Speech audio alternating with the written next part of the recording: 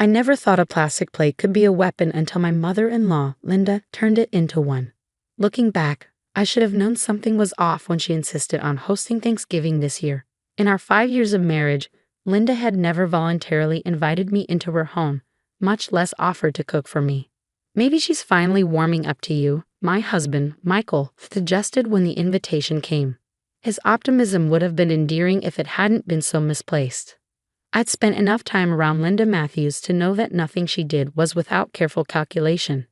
But I agreed to go, partly because Michael's hopeful expression made it impossible to say no, and partly because I was tired of being the difficult daughter-in-law who caused drama by declining family gatherings. So here we were, pulling up to the sprawling Victorian house that had been in the Matthews family for 3 generations.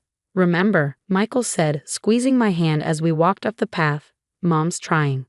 Let's just have a nice, peaceful Thanksgiving." I nodded, clutching the bourbon pecan pie I'd spent hours perfecting.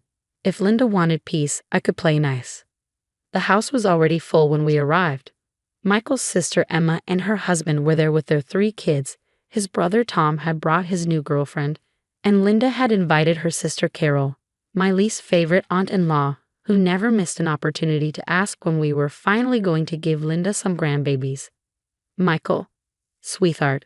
Linda rushed forward to embrace her son, completely ignoring my presence. She was wearing an elaborate autumn-themed sweater and her signature pearl necklace. The one she never failed to mention was a family heirloom that would look lovely on a daughter-in-law who had blessed the family with children. "Sarah," she finally acknowledged me with a thin smile, eyeing the pie in my hands. "Oh, you brought dessert. How thoughtful. I'll just put this in the kitchen with the real pies." She practically snatched it from my hands before disappearing through the swinging door. I took a deep breath and reminded myself I was doing this for Michael. He'd already moved into the living room, swept up in conversation with his siblings. I stood awkwardly at the periphery, watching the family interact with the familiar feeling of being an outsider looking in. "Sarah," Carol's voice cut through my thoughts. "Still no baby bump, I see. You know, my neighbor's daughter tried this wonderful fertility tea." Actually, I cut her off as politely as I could. "I think I'll go help Linda in the kitchen." It was a testament to how uncomfortable Carol made me that I voluntarily chose Linda's company over hers. The kitchen was Linda's domain, and she made that clear the moment I walked in. "Oh, I have everything under control here," she said, barely glancing up from the turkey she was basting. "Why don't you go set the table? The plates are all laid out." It seemed like a safe enough task, so I went to the dining room, where Linda had indeed set everything up. That's when I saw it. At every place setting was one of her prized Royal Doulton plates, except for mine.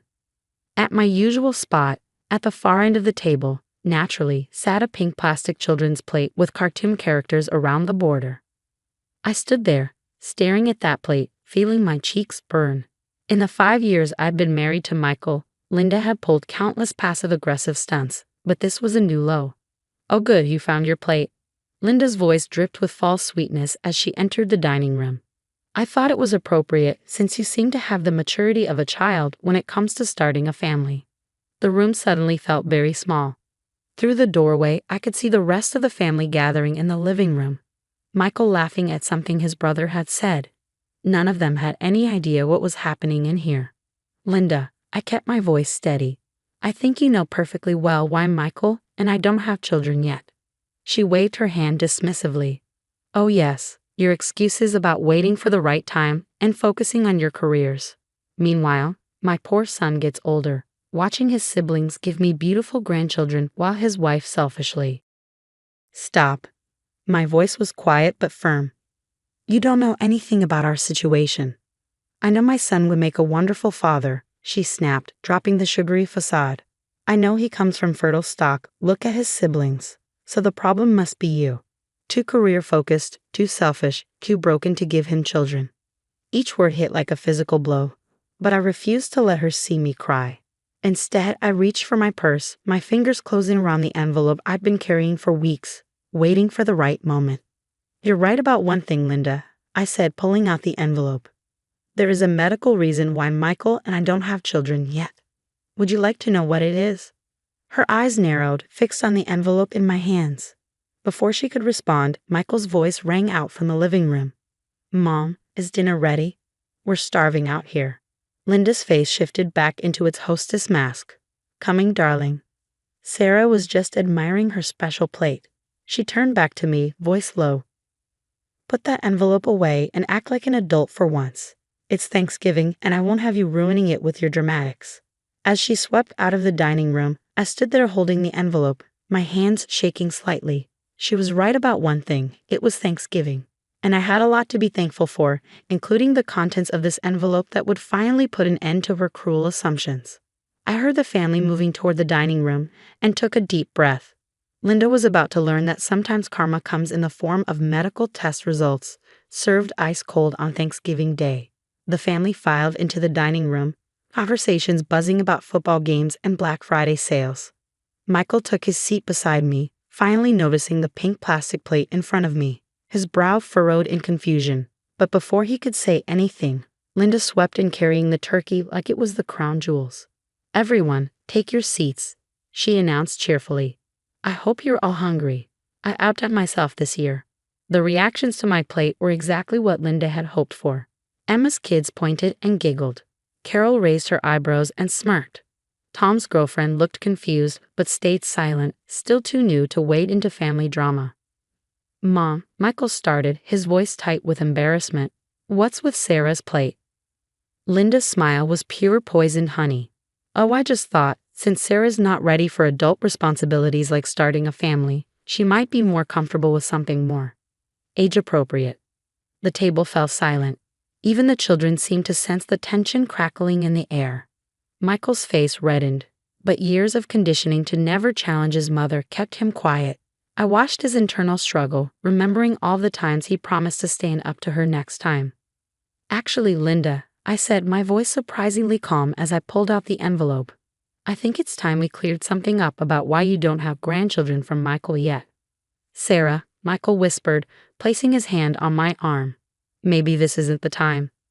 No, Michael, I kept my eyes fixed on Linda.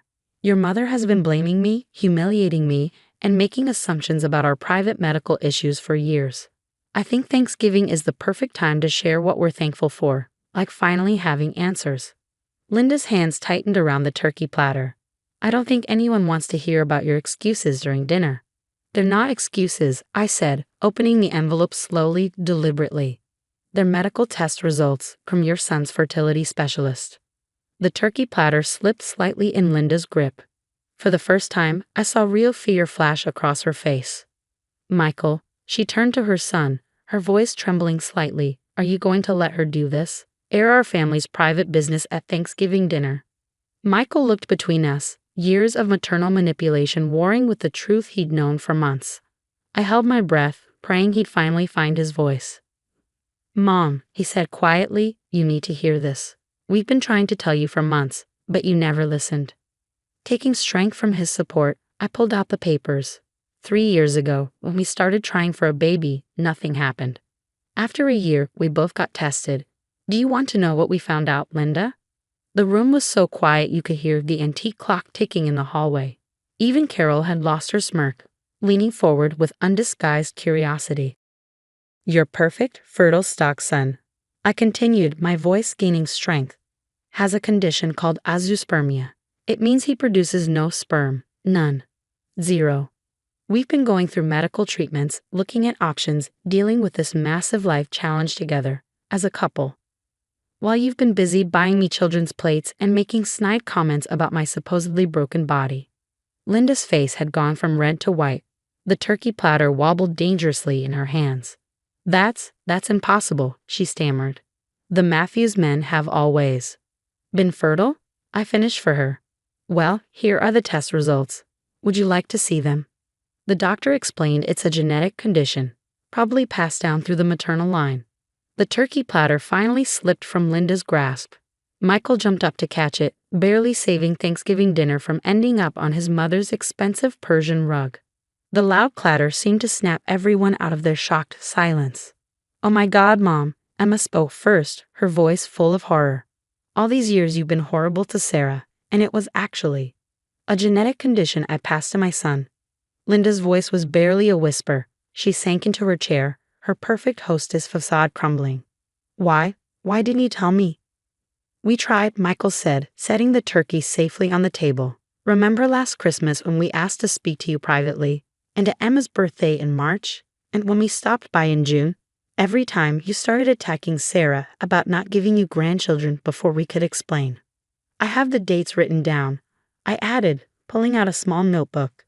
Every time we tried to tell you, every dismissive comment, every gift of fertility tea or parenting books, every not-so-subtle jab. I wrote it all down.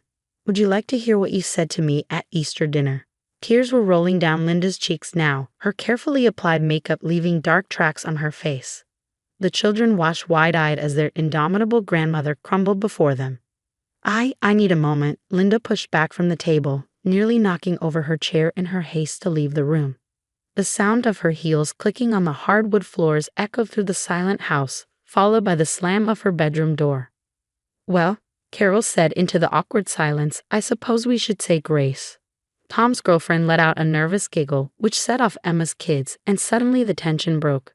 As Michael's father quietly went upstairs to check on Linda, I looked down at my pink plastic plate and felt a weight lift from my shoulders. 3 years of blame, shame, and accusations finally ended by one envelope of medical truth. The rest of Thanksgiving dinner passed in a blur of awkward small talk and half-hearted attempts at normalcy. Linda never came back downstairs. Her husband brought her a plate but returned looking grim and shaking his head when Carol tried to ask how she was doing. I picked at my food on the pink plastic plate, no longer feeling the sting of the intended insult. Michael kept his hand on my knee under the table, a silent gesture of support that meant more than any words could express. As people started making excuses to leave early, Emma pulled me aside in the kitchen while I was packing up my untouched pecan pie. I'm so sorry, Sarah, she whispered, glancing toward the stairs. All these years, I should have said something when Mom was being cruel to you. I never wanted to be on her bad side. I managed a small smile. I understand. Your mother can be intimidating. Still, Emma shook her head. What you've both been going through, the treatments, the disappointment, and Mom making it worse every step of the way. It must have been awful. Before I could respond, we heard footsteps on the stairs. Linda appeared in the kitchen doorway, her face scrubbed clean of makeup, looking older and smaller than I'd ever seen her. Sarah, her voice was hoarse. Could we talk, please? Emma squeezed my arm and slipped out, leaving me alone with my mother-in-law.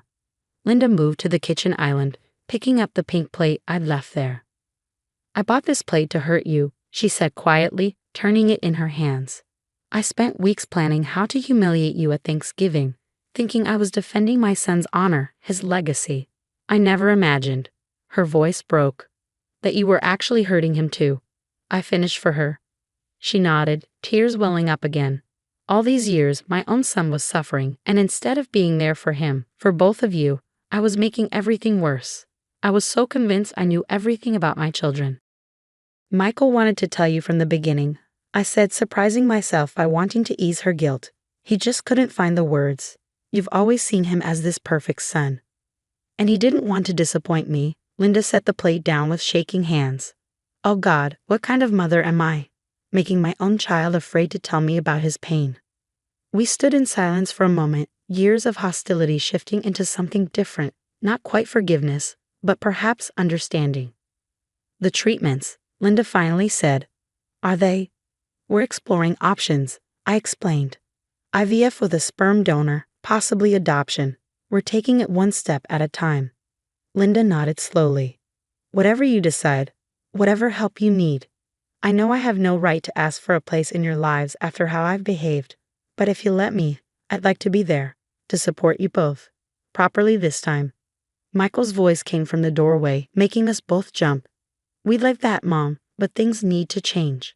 Linda turned to her son, and for the first time, I saw her really look at him, not as the perfect son she'd imagined, but as the real man he'd become. I know, sweetheart. They will. I promise.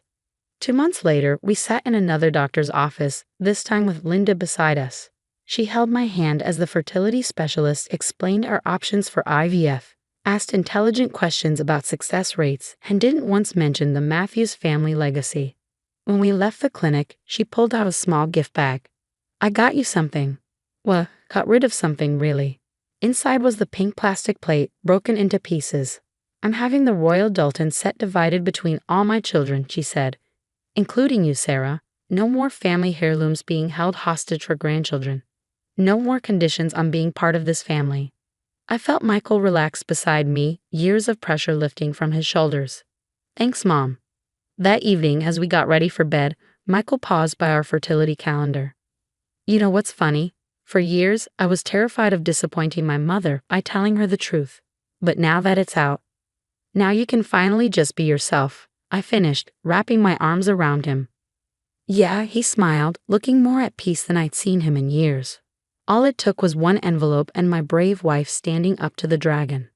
I thought about Linda, about how sometimes the strongest people are the ones who can admit they were wrong and truly change, about how families aren't built on perfect genetics or heirloom china, but on love, understanding, and forgiveness.